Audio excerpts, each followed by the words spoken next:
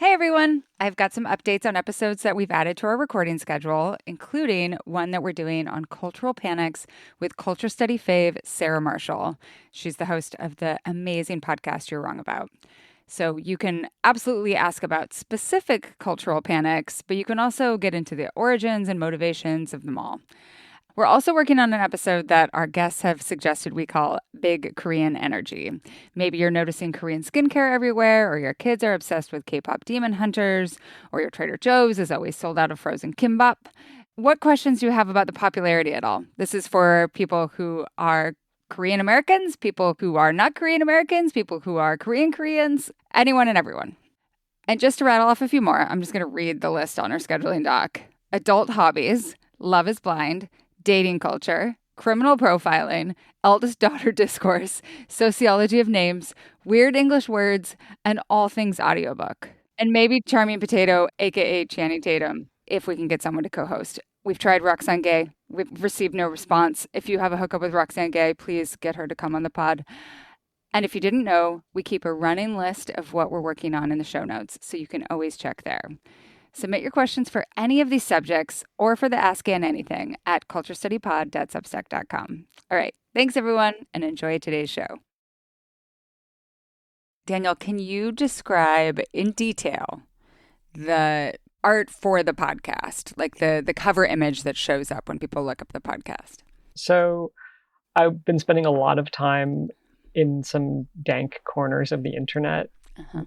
For research, not just for pleasure. And it's really the male grievance world, the manosphere, whatever you want to call it.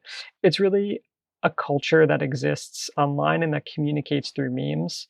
And I wanted to embrace that for the purposes of our artwork and kind of do something that brought all of these symbols and messages and in-jokes into one hellscape. And so, yeah, what you're seeing is a pickup truck with a Chad driving. Chads are kind of an alpha male figure. It's an incel term, but also like kind of widely used. And then there's a Pepe with sunglasses and I think like a teardrop tattoo, smoking a cigar, which is like billowing out the back. And the truck is festooned with all kinds of little symbols, like 2A for Second Amendment and like the Punisher logo. There's a Bitcoin sign there. And there's a big plume of black smoke coming out the back. There are red pills just like raining down from the sky, along with like meat and a dumbbell. And there are some oil derricks in the back. And if you zoom in on the oil derricks, I don't know if you've done that, you'll notice that it's not oil coming out of the derricks, but sperm.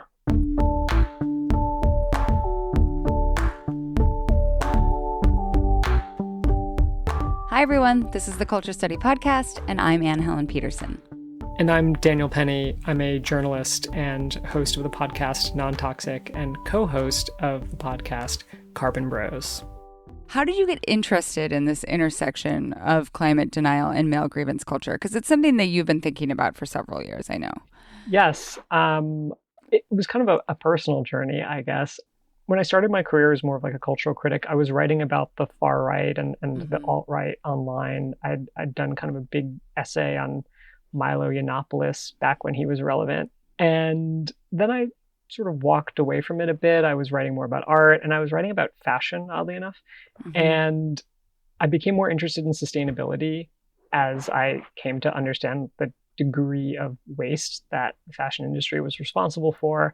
But I was struggling to I was writing for GQ and stuff, and I just would not really go for 95% of my sustainability related pitches. And I was starting to think surely men do care about this. That was their angle essentially. It was well, there's just no audience. Sorry. And so I just thought, okay, I'm really sick of hearing no. I'm just going to start my own podcast. And I wanted to use that metaphor of toxicity. So it was, amidst the kind of fallout of the Me Too movement and the backlash against it. Yeah. And you were hearing, the right make all of these kind of defenses against the idea of a toxic male, men aren't toxic. That's, that's not true at all. Or what about toxic femininity? Or you'd see all kinds of stuff floating on the internet. And I felt like, okay, this is interesting. And then also, yeah, I was seeing, on Joe Rogan, on other podcasts of that ilk, the prevalence of all of these climate denial talking points. And I thought, that's kind of weird. What is uniting these two forces? And I think it all really got kicked off when, I don't know if you remember Andrew Tate and Greta Thunberg, they were like beefing on Twitter. Yeah. And Andrew Tate was like, look at my collection of gas guzzling vehicles, Greta, like, aren't you triggered? And, she had told him to like send an email at like small dick energy. I have small dick energy at gmail.com or something like that. And I just thought, like, it's all here. Like, all of this is just in this moment. And like, I need to kind of bring it together. Yeah. And Carbon Bros came about because Amy Westervelt, who runs Drilled, had wanted to do something on masculinity. And some guests who were on my show said, hey, there's this guy doing this obscure podcast, non-toxic. Well, they didn't call it obscure, but... And thus, we joined forces. So just so we're all on the same page, because I think a lot of people understand the like cluster of conversations that we're having when we say male grievance culture, but how do you define it? Well, I mean, it is a cluster. There aren't hard edges, I would say. Yeah. At least in its current incarnation, you have a lot of distinct kind of groups, subcultures, and then you could say more like talking points or ideologies that seem to be a bit more free floating. So there are, online subcultures like incels who are obsessed with the idea of the fact that like they can't have sex and that the world is actually run by women and that there are all these unfair advantages that certain more attractive, wealthy men have, etc. That's like a kind of a closed group within the much larger manosphere. Then you have people, like Andrew Tate, who are kind of rise and grind, hustle culture, alpha types. And they're just kind of like, well, they're obsessed with protein and like alpha maleness just generally, and optimization in my experience. Well, that brings me to like Brian Johnson or even Andrew Huberman. Like the outer limits of this, there's a whole kind of like Silicon Valley self-optimization corner of the manosphere who aren't explicitly anti-feminist necessarily. At least like that's not the main thrust of their argument. It's more that they just appeal to men and focus on how they individually can make themselves like the best version that they can be, often at the expense of others or the environment.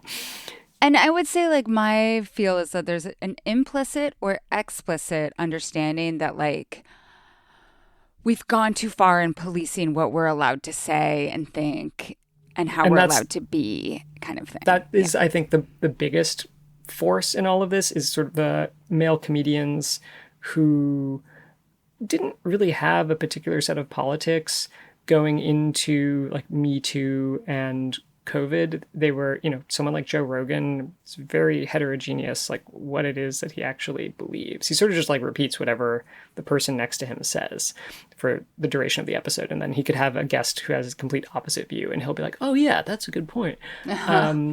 But a lot of those guys are like Andrew Schulz, Flagrant, or Theo Vaughn. They really kind of made saying what you're not allowed to say into a political identity. Yes. And I think a lot of men found that very attractive, that they were owning the libs and drinking lib tears. And even if they don't really have a coherent set of policy ideas, it's more like an attitude and a rejection of all of the kind of liberal, centrist, quote unquote woke. It doesn't really matter like who the enemy is exactly. It's just like all of these things were against them, and you can come and hang out with the boys and you can say slurs and like laugh at jokes, which we all know are funny. And we don't really need to think too hard about what we're saying or doing. Like it's all just in good fun. I think that's probably the funnel, so to speak. You start with Joe Rogan and you might never go down the funnel, but from Joe Rogan, it's like Jordan Peterson, who's been a frequent guest. And then from like Jordan Peterson, maybe it's like Charlie Kirk. And then from Charlie Kirk, maybe you're reading Peter Thiel's talks. And, Yeah. but the next thing you know, you're like trying to start a colony on Mars. And like you said, like I think it gets more explicitly political as it goes down because people get, I think, more engaged in it. But kind of the welcome point is often someone like Joe Rogan. Or like you said as well, like someone like Andrew Huberman. And the way that algorithms work and the way that recommendations work, like often lead you to other people in the so-called manosphere. So you become part of this larger constellation.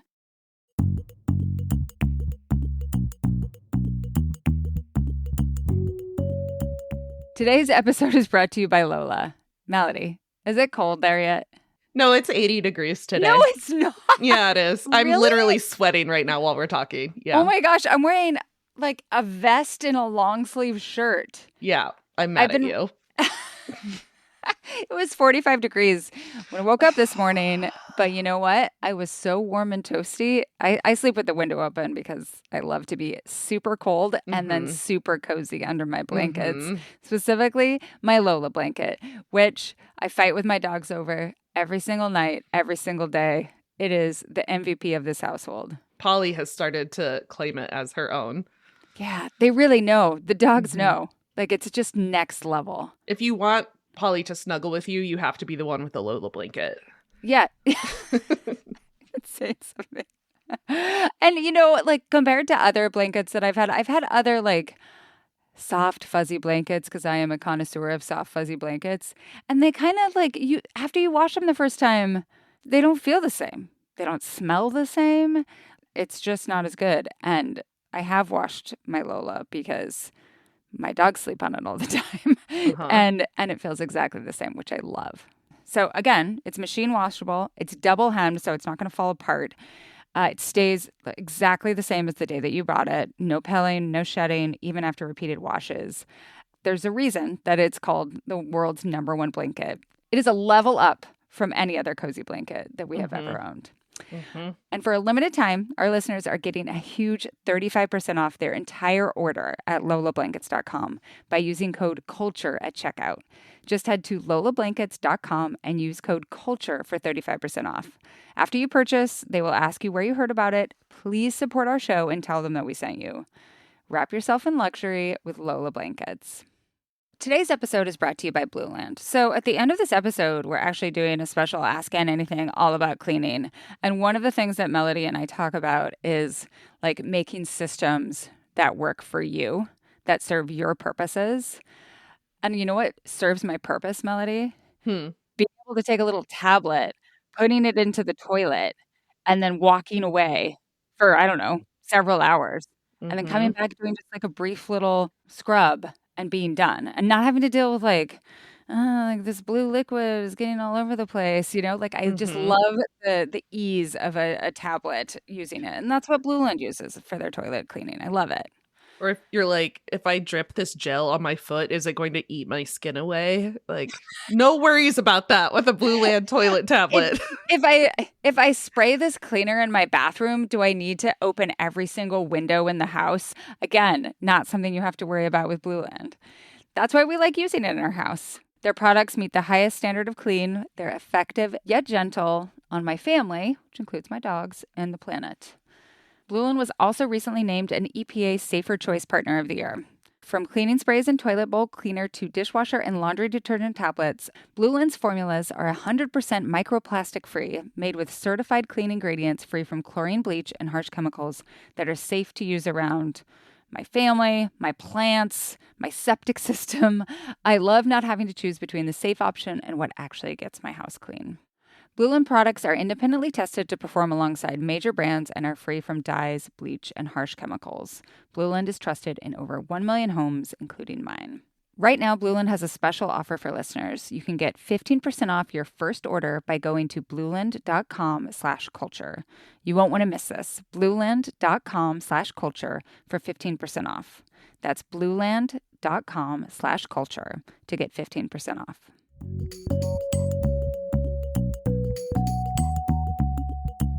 So we have all of these great questions today. They all come from women. Great. I think we should start out with this one from Megan. It's fantastic. I'd like to explore the idea of nature as feminized.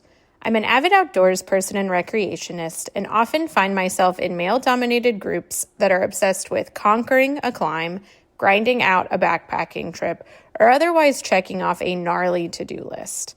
When I am in femme or them-dominated groups, the discussion is often more centered around our connection to nature, the cool little details we've noticed, and yes, big achievements we've notched.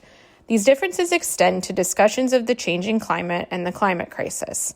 Male-dominated groups tend to avoid the topic or change the subject, whereas femme and them-dominated groups are more eager and willing to discuss fear, grief, and resilience associated with the crisis.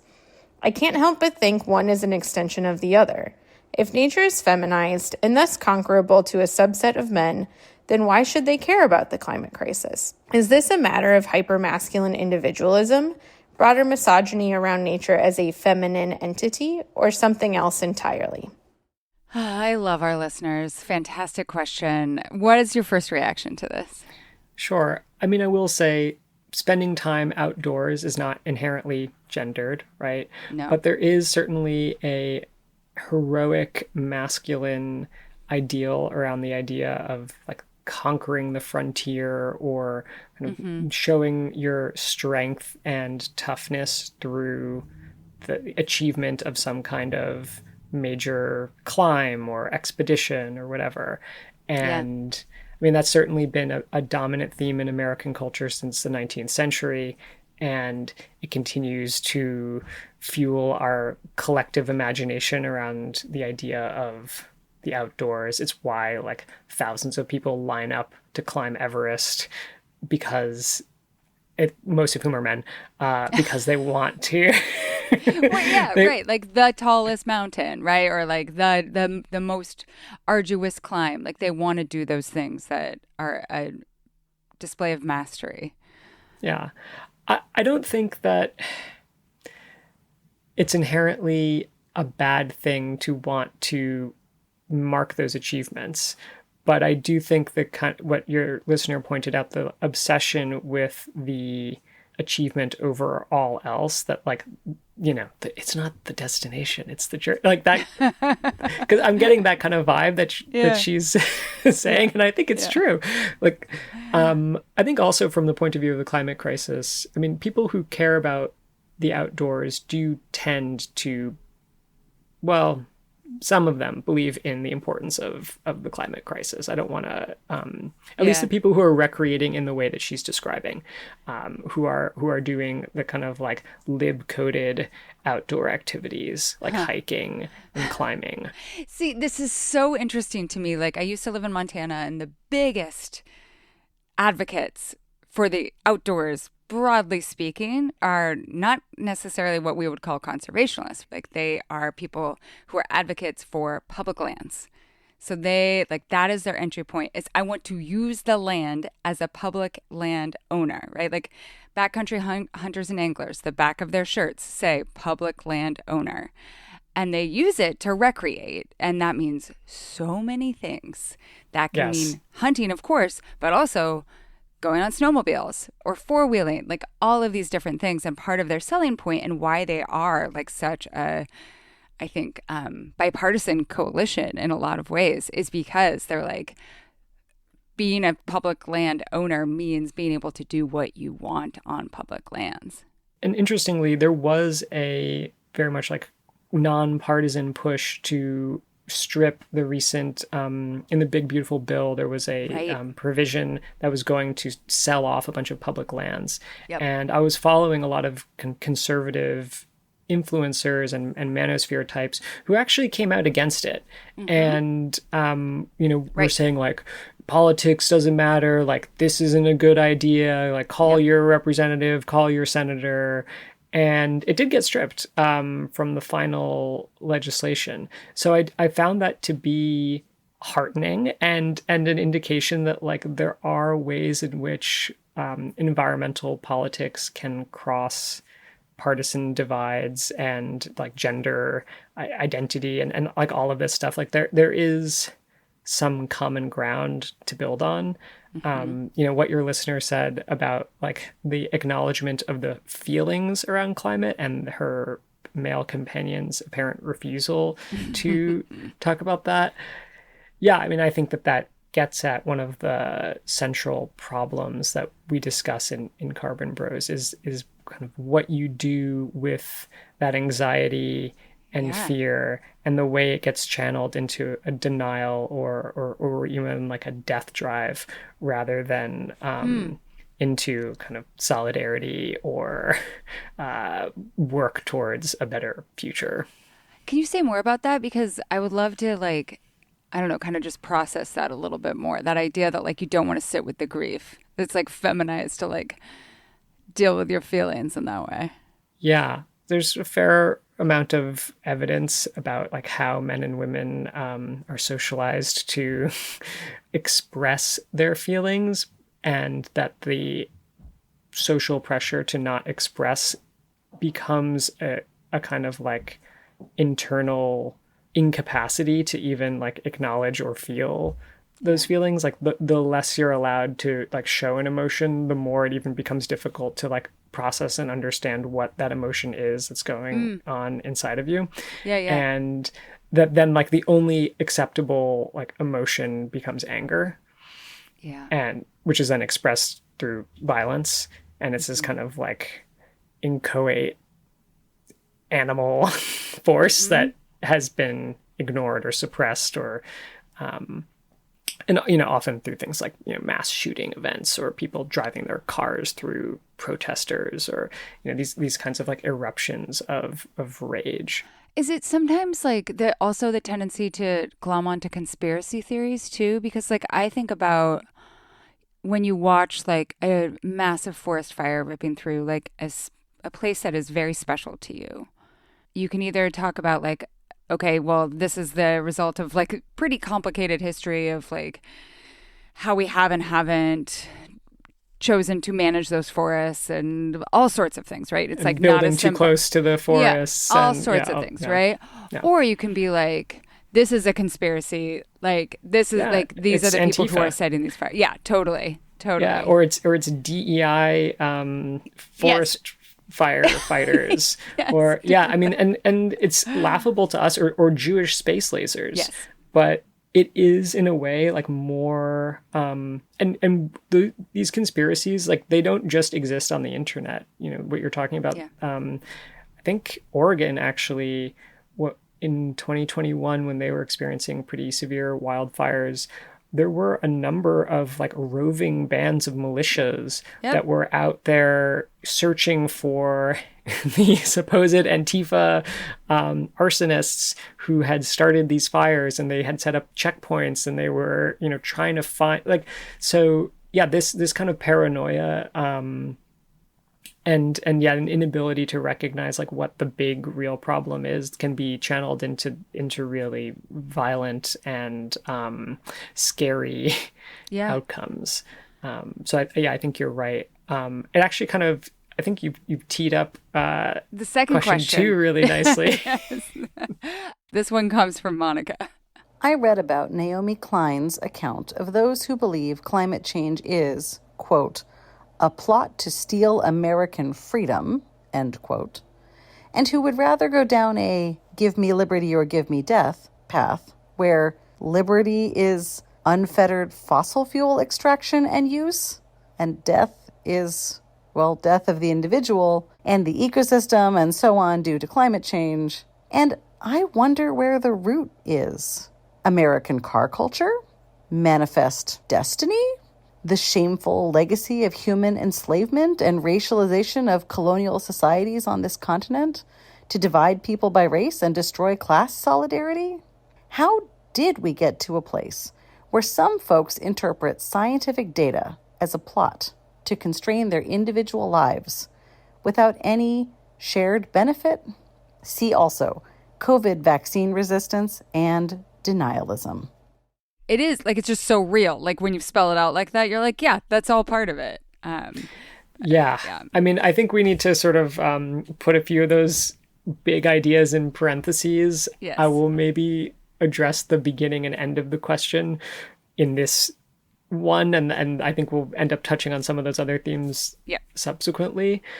But yeah, this idea of give me liberty, and it's really and death, because you're going to kill the future for your children and even potentially for yourself, depending on how old you are.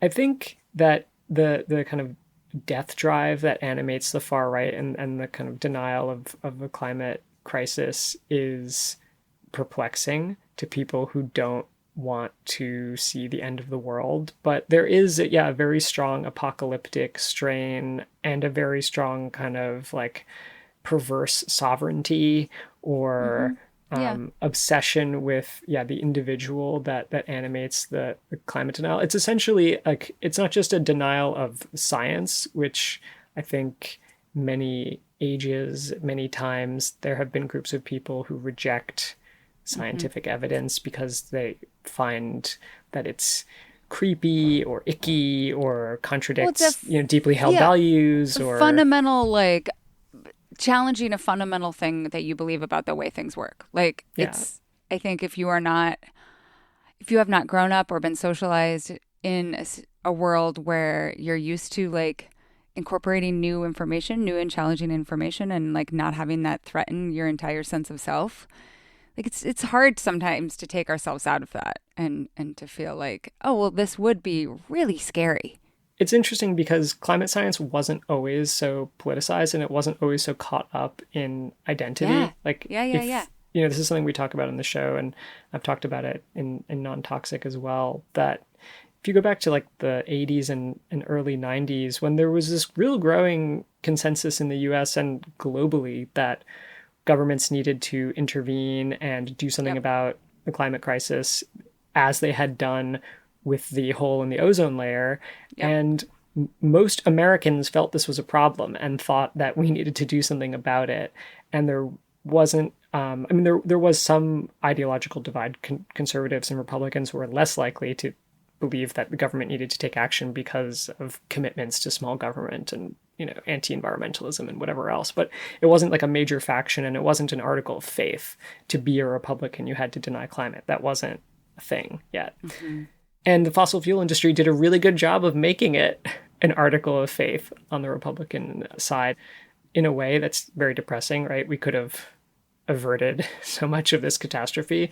But on the other hand, it does show that like new technology or like science isn't like innately seen through a partisan lens, and it takes like a process of discourse and like a lot of incentives on the part of political actors to like make that happen. Like I think we're seeing it right now with AI, that AI like doesn't neatly fit, like what your attitude towards it is doesn't neatly fit into like one political category or another, but I think it will in the next 4 years. As we saw with climate and as we saw with COVID. And to go back to like the liberty part, I think there is this idea that you don't owe anyone anything. Like we don't live in a society. It's to quote Margaret Thatcher, society doesn't exist. And that's the kind of apotheosis of that idea. And because both climate and COVID were real illustrations, like actually we do live in a society and your actions directly affect other people. And if we take like certain measures for public health or for like planetary health, we can save a lot of people, but it requires some moderate sacrifice on your part. And a lot of people felt that sacrifice was an imposition, that it was a kind of tyranny that they needed to overthrow. Obviously, I don't agree with. I mean, it just like we have this incredibly strong strain of American individualism that runs through like American ideologies, and that's just been the case. And we've gone through periods where we've had much more solidarity, much more like communitarian thinking, like especially around various wars and that sort of thing. But it's still there.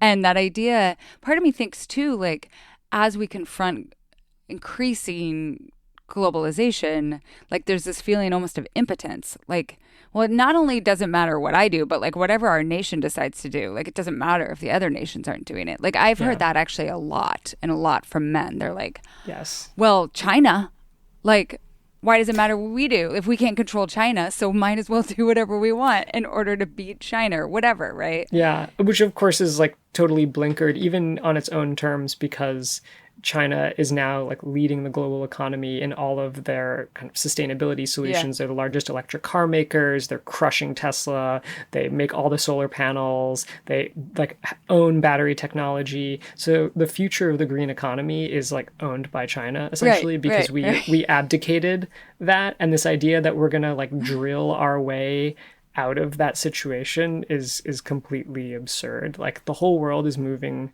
to renewables. And the question is like whether we're going to do it fast enough or not. And the idea that we can just pump more oil and gas and that's going to like give us a competitive edge is a complete fantasy. I'm just noticing some of the language that we're using here. Like I just said impotence, and you're talking about like drilling and like pumping oil, right? Like even the language itself, like we use this vernacular of like virility and American virility and panic over virility. And I think a lot of like that fear of impotence undergirds so much of the reaction, right? Yeah. And a lot of it is a kind of economic anxiety. This comes up a lot in the show that gets transferred into a rejection of kind of social issues or culture war issues. So when men feel like they have no way to meet their basic needs for themselves and their families, or they feel like they have no future because they're never going to be able to buy a house, they're never going to be able to get married, they look to people who have answers. And the answers from the Democratic Party have been extremely mid. And to say the least. I agree. And whereas the right has had a really compelling story to tell. And one of the things they do is they tie together feminism as a kind of restriction on your like individual choices and how you get to live your life and what you can say, and, being a man. And they, and it's also, and things like the climate protesters who are like getting in the way of you getting a job, right? Yeah. They're the ones who are preventing us from having the robust economy that would grant you all of the masculine kind of milestones that you need in order to achieve a successful life as an American man. Yeah. And that is a very compelling story. Like guys believe that, or not all of them, obviously, but many say, that sounds true to me. And we need to deprogram them. This connects so strongly. And like, to me, this emphasizes how these stories just emerge and emerge. These strategies emerge again and again and again. So I grew up in North Idaho, and in the late 80s, early 90s, the big political wedge was the spotted owl. And the way, like, I've done a lot of reporting on that moment in Idaho politics and looking back on what happened, because Idaho was a purple state, really voted strongly Democrat on the local level in a lot of places, was very strongly pro-union. And like people in hindsight now see that's crazy for me to imagine pro-union in Idaho. But see very clearly the way that the owners of a lot of these mills, a lot of these paper factories, they saw an opportunity to align conservation and environmentalism with the Democrats, and thus get all of the people in these rural areas who worked for the timber industry to vote against Democrats, and thus turn Idaho into a right-to-work state. So essentially, like, achieving their aims, their larger aims for the industry by saying, look at these environmentalists who want to take away your way of living. Right? They want to take away your jobs. They care more about this tiny little owl than they care about your livelihood. And it worked. It worked incredibly well. And so now we see it in different iterations, but the same sort of thing. Like, these Democrats don't care about your life, right? Or about your jobs. They're like, go take on some student loans to go to college. That's not going to do anything for you. Yeah. And of course, the reality is actually that even as America is the number one exporter of natural gas and the number one producer of oil in the world, we are shrinking our workforce for the oil and gas industry. And we're shrinking our mining workforce every year. It gets smaller. So, and it's not because of regulations, right? We can't claim that anymore. Trump's in power and he's deregulated everything. It's because of automation. Yeah. Like the companies just don't need workers the way they used to. Yeah, and with like every pickaxes. every boom and bust cycle, like they cut the workforce more and more and they don't rehire those people back. Yeah. So yeah, there's this kind of like zombie image of the poor, embattled oil worker or coal miner that the Republicans love to invoke as a worker that they're defending. Trump's always talking about miners. I don't think he's ever met a miner in his life, but it's very effective as this kind of like weird nostalgia that we used to have for, you know, these tough jobs and the people who did them and their honorable work and their contributions. And like all of that is true.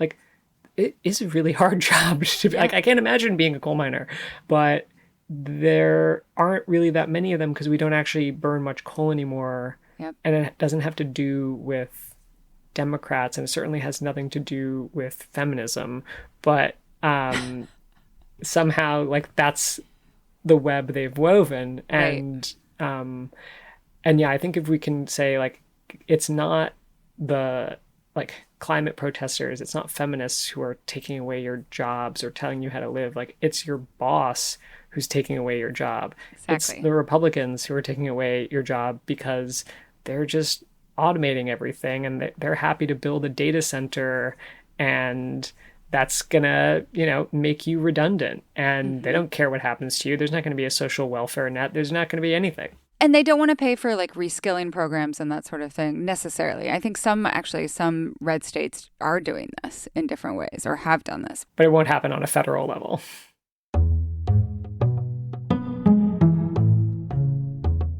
Today's episode is brought to you by OneSkin.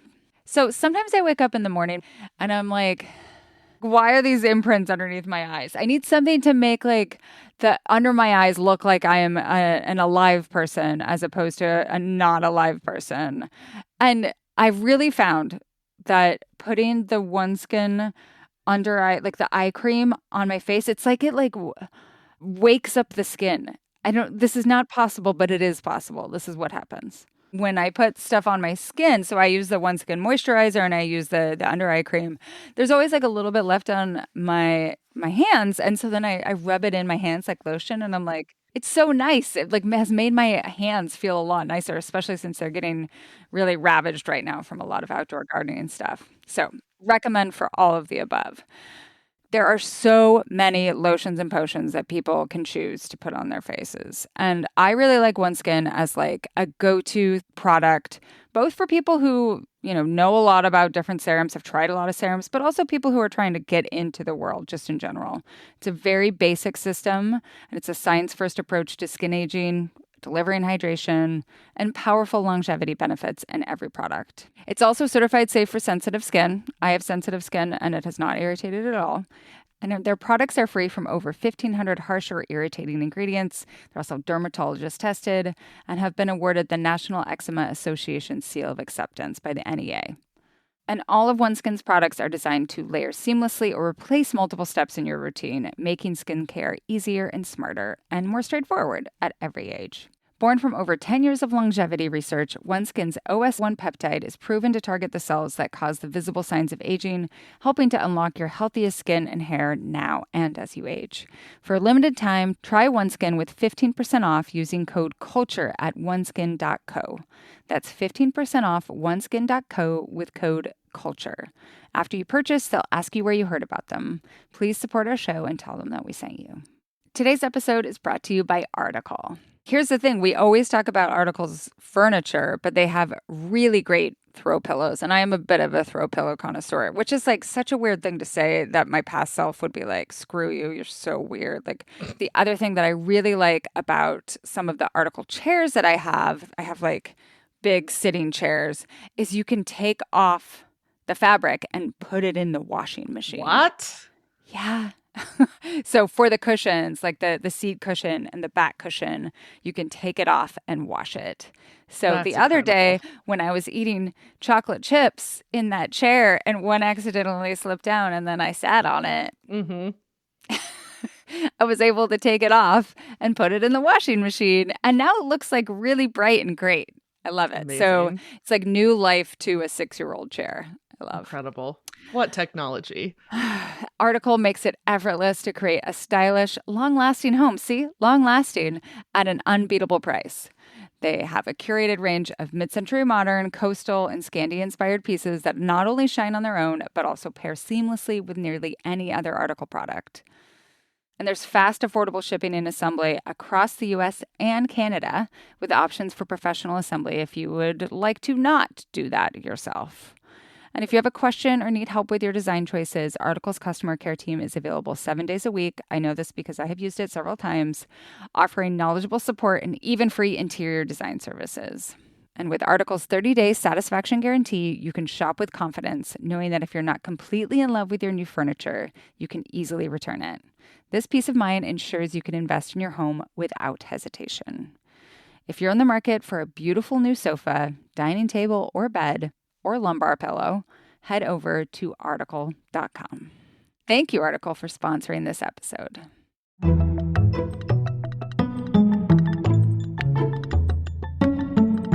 Let's pivot to another question, going deeper on the specific type of masculinity that is manifesting here. We're going to play 2 questions here. The first one comes from Suzanne. I'm obsessed with the idea of petromasculinity, how burning fossil fuels in big, often empty pickup trucks is an identity, not just a means of transportation. I think we've made some strides towards depoliticizing electric vehicles for these guys, such as the Cybertruck and the Ford F-150 Lightning, but are taking steps backward with the Trump administration's policies and the growing emergence of online masculine authoritarianism. How do you see this evolving, and where do we go from here? And the second one comes from Elizabeth. There are so many markers of masculinity that damage the environment in practice. Eating red meat, driving big fast cars, mansplaining. I'm curious about the intersection of this with patriarchal, so-called muscular Christianity, as beautifully dissected by Kristen Kobes-Dumay in Jesus and John Wayne. When did evangelicals divest themselves from an ethic of creation care? Why? And is it possible to reverse that? So I know that there's a lot in both of these questions, but let's start with trucks first. Sure.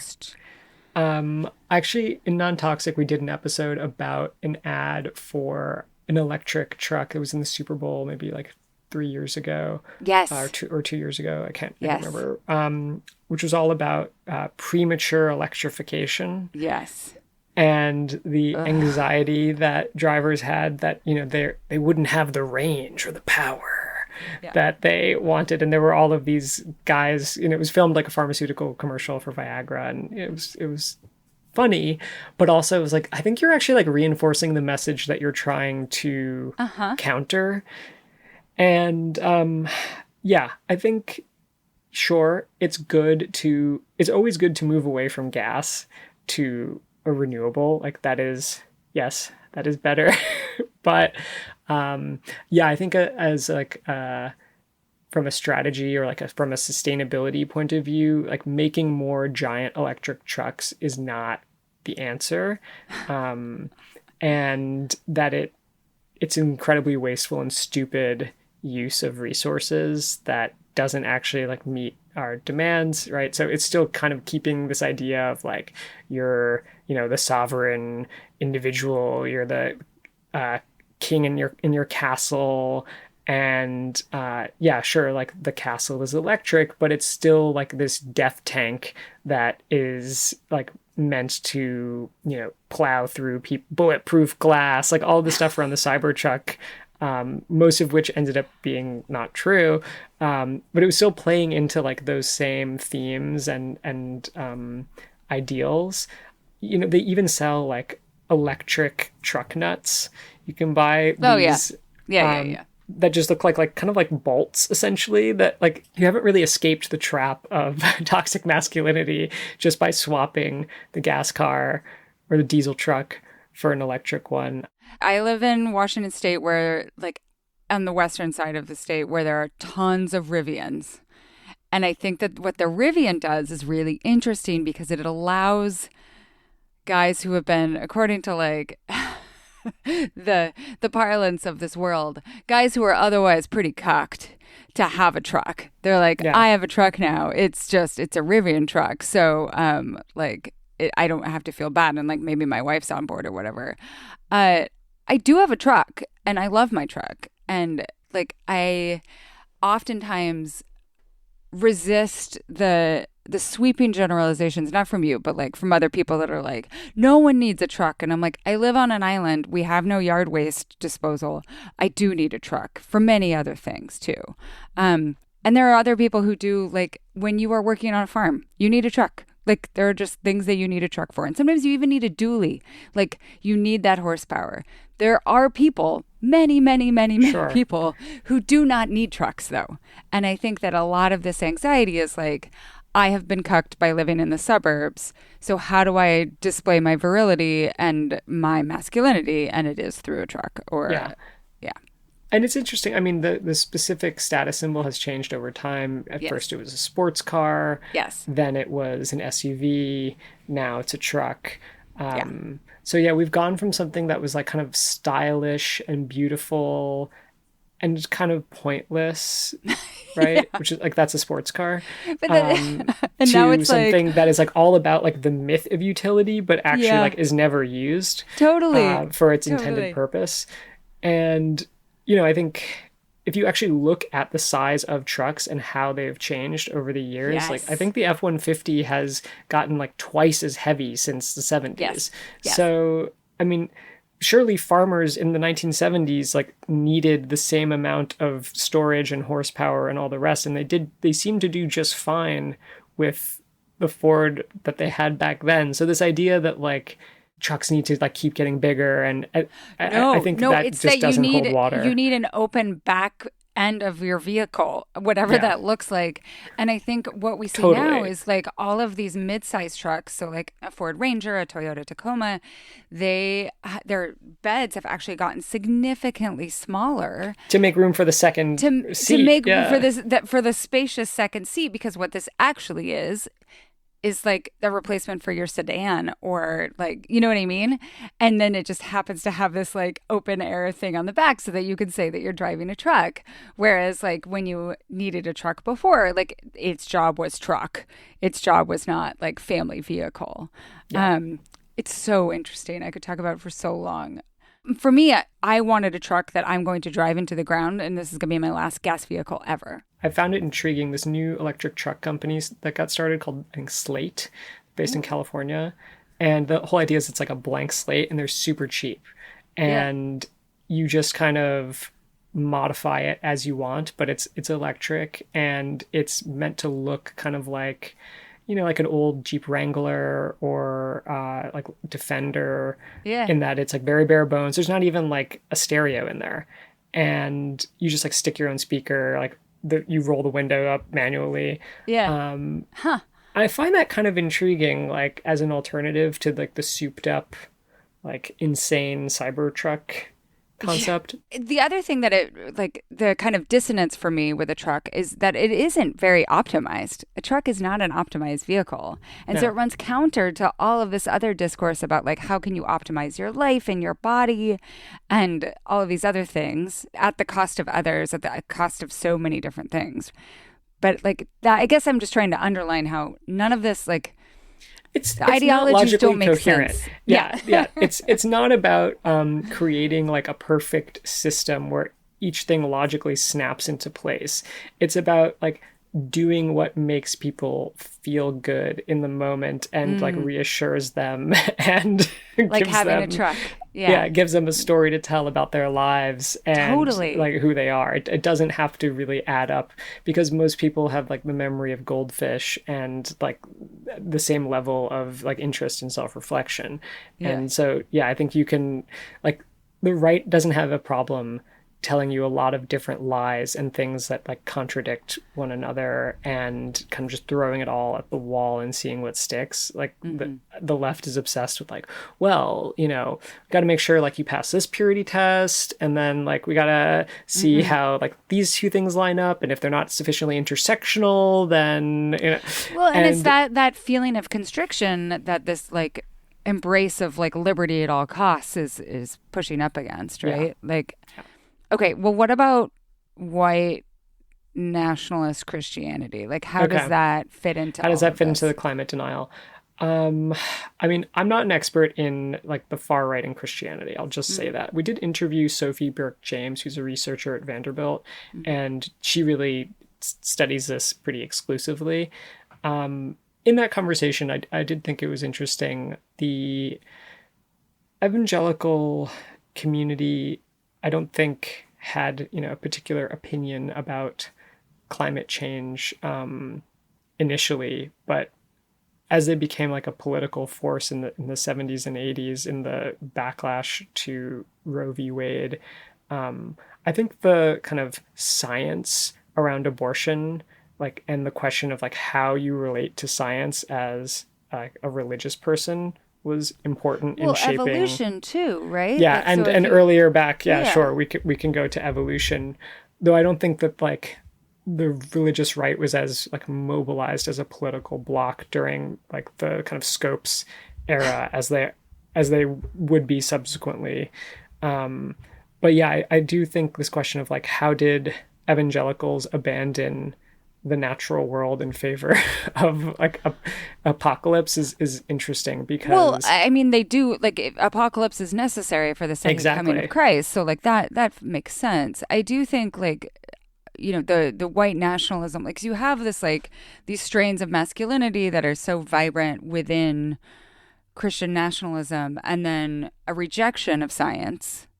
And then I also think that like part of it too, because you act within like Jesuit Catholicism, they believe in, I think it's called the whole cloth theory of the world. So it's like there's a reverence for life in Yes. all of its ways, right? So it's like they are pro-life and they are against like assisted suicide, but they are environmentalists. Like they do have what Absolutely. this person discussed as like an ethic of creation care, right? Like that is very much coming from that tradition. So a lot of evangelical Christians subscribe to the idea of dominion, Yeah. which really links the relationship between men and women. That like women are subservient to men, and Yes. that they are under their protection and control, and likewise that like all the creatures on Earth and the Earth itself are also under man's dominion, and that dominion means like you can really do whatever you want, and there's not the same idea that like you need to care for the world in order to leave it to the next generation, or like that's really abandoned. It's just about like you're in charge, and it's up to you as a man to decide what you want to do with Yep. women, with the natural world, with your children. Like everyone kind of is going through you, and you alone decide. And that's in part not the case for because- Catholics, and not the No. case for like even like Black liberation theologians. Like don't subscribe to that. Yeah. So yeah, it is also very much a racialized idea, in the sense that there are many Black evangelicals who reject this dominion. And going back to this, the very beginning question, like the idea of like the God-given like manifest destiny, like if you believe in dominion, you believe that this is what God is telling you, right? Is that you have the wisdom and discernment to know how God would want you to rule these things. And Yes. that, again, is, the masculinized control of the feminized world. That's a great and horrible place for us to stop today. If people want to find the podcast and more of your work, where can they find it? So, I mean, you can find Carbon Bros wherever podcasts are sold. Non-Toxic, which is my half of the two podcasts that are collaborating. We've got a Substack, the Non-Toxic newsletter, and you can find previous seasons of Non-Toxic also anywhere where you would listen to a podcast. And then I will plug Drilled as well. So my collaborator, Amy Westervelt, she runs Drilled, which is kind of the original podcast about the climate crisis. I highly recommend. And she's been doing this work for years. And they just had a new season called Slapped about the lawsuit between Energy Transfer and Greenpeace over the protests around the Dakota Access Pipeline. And that's a great season. I definitely would recommend it to any listeners. Amazing. Thank you again. Thanks for having me. Thanks for listening to the Culture Study Podcast. Today, paid subscribers got an Ask Ann Anything segment about how people keep their houses clean, or whether they do it all. If you want to support the show and get that bonus content, head to culturestudypod.substack.com. It's $5 a month or $50 a year, and you'll get ad-free episodes, an exclusive advice time segment, and weekly discussion threads for each episode. Subscribe to the Culture Study Podcast wherever you listen, because we have so many great episodes in the works, and I promise you don't want to miss any of them. And if you want to suggest a topic, ask a question about the culture that surrounds you, or submit a question for our subscriber-only advice time segment, go to our Google form at tinyurl.com/culturestudypod, or check the show notes for a link. The Culture Study Podcast is produced by me, Anne Helen Peterson, and Melody Rowell. Our music is by Poddington Bear. You can find me on Instagram at Anne Helen Peterson, Melody at Melodious47, and the show at Culture Study Pod.